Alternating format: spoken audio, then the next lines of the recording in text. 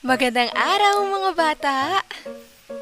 Ako, si Binibining Desiree Gila. Ako ang magkukwento sa inyo ngayong araw. Ikaw ba ay kumakain ng gulay? Ano ang paborito mong gulay? Ang aking kwento ay ang alamat ng ampalaya. Umupo ng matuwid at sa akin ay makinig. Ito ay alamat ng ampalaya. Kwento ni Ogie D. Rivera. Noong araw sa bayan ng Sariwa, naninirahan ang lahat ng uri ng gulay. Dito, makikitang naghahabulan sina labanos at mustasa. Nagpapatintero rin sina bawang, sibuyas, upo at patola. Nagtataguan sina singkamas, talong at luya. Habang nagluluksong baka sina kamatis at kalabasa.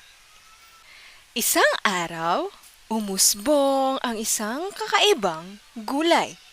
Siya'y si ampalaya. Maputlang maputla ang kulay ng balat niya at sa kahit anong lasay, salat siyang talaga. Dahil dito, unti-unting pumulupot ang mabalahibong inggit sa katawan ni ampalaya. Naging bugnutin siya at mainitin ang ulo. Lahat ng gulay na lumapit sa balag niya ay binubuliwan niya. Huwag kayong lumapit sa akin! Hindi ko kayo kailangan! Layas! Dahil dito, nilayuan tuloy siya ng lahat ng gulay sa bayan ng Sariwa.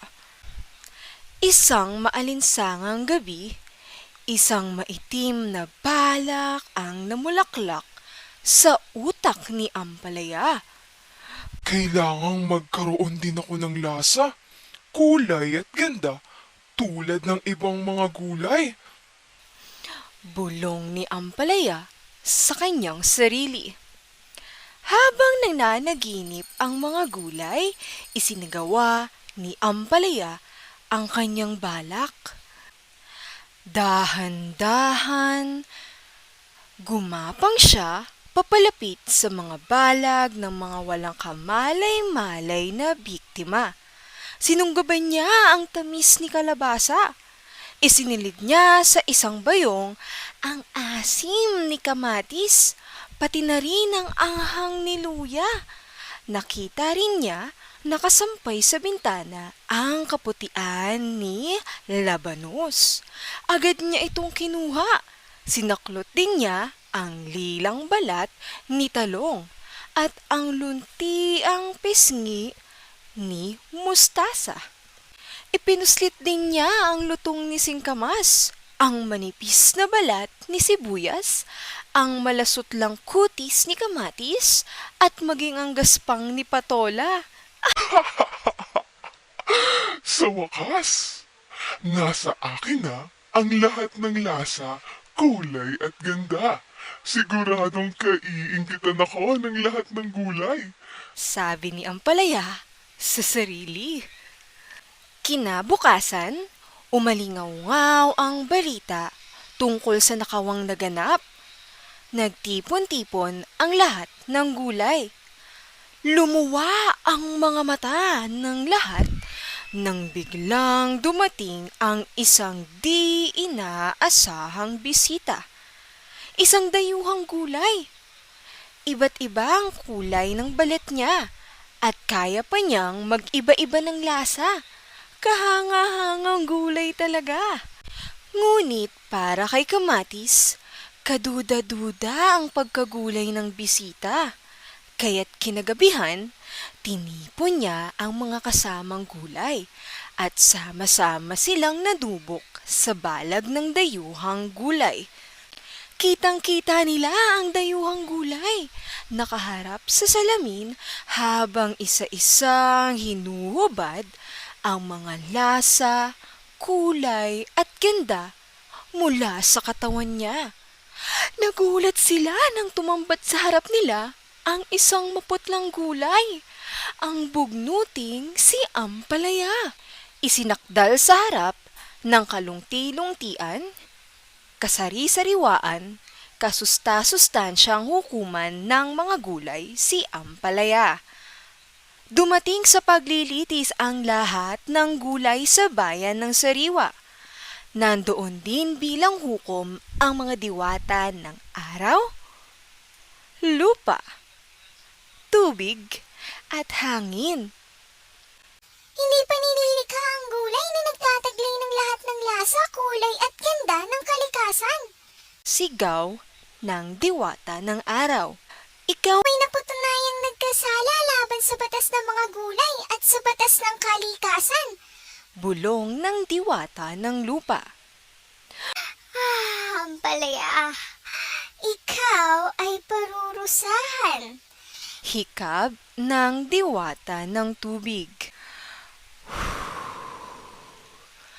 Bilang parusa, lahat ng ninakaw mong lasa, kulay at ganda mula sa mga kasamang mong gulay ay mapapasa iyo na. Ugong ng diwata ng hangin. Parusa ba iyon? Ano bang klaseng parusa iyon? Buska ng bugnuting si ampalaya. Pagkaraan ng paglilitis, nangako ang mga diwata na ibabalik nila ang mga lasa, kulay at ganda ng mga gulay na ninakaw ni ampalaya. At ng gabing iyon, may kagilagilalas na nangyari kay ampalaya. Nag-away-away ang lahat ng lasa, kulay at gandang ninakaw ni ampalaya sa loob ng katawan niya. Nang magsuntukan ng puti, lungtian, lila, tilaw at iba pang kulay. Nagmantsa ang madilim na lungtian sa kanyang balat. Nang magsabunutan ng kinis at gaspang, lumabas ang kanyang mga kulubot. At nang magsigawan ng tamis, asim, anghang, lumitaw naman ang pait. Mula noon, naging madilim na lungtian ang kulay ni ampalaya. Naging kulubot ang balat niya at naging mapait ang lasa niya. Ngayon, kahit masustansyang gulay si ampalaya, marami ang hindi nagkakagusto sa kanya. Pero alam nyo, nagsisi na si ampalaya. Sa susunod nyo siyang makita sa inyong pinggan, subukan nyo siyang tikman at patawarin sa kanyang mga kasalanan. Iyan ang alamat ng ampalaya. Ano ang natutuhan sa alamat ni ampalaya? Alalahanin, bilang isang bata, huwag ka dapat mainggit sa iyong kapwa. Masama ang naidudulot nito para sa iyong sarili. Maraming salamat sa pakikinig. Paalam!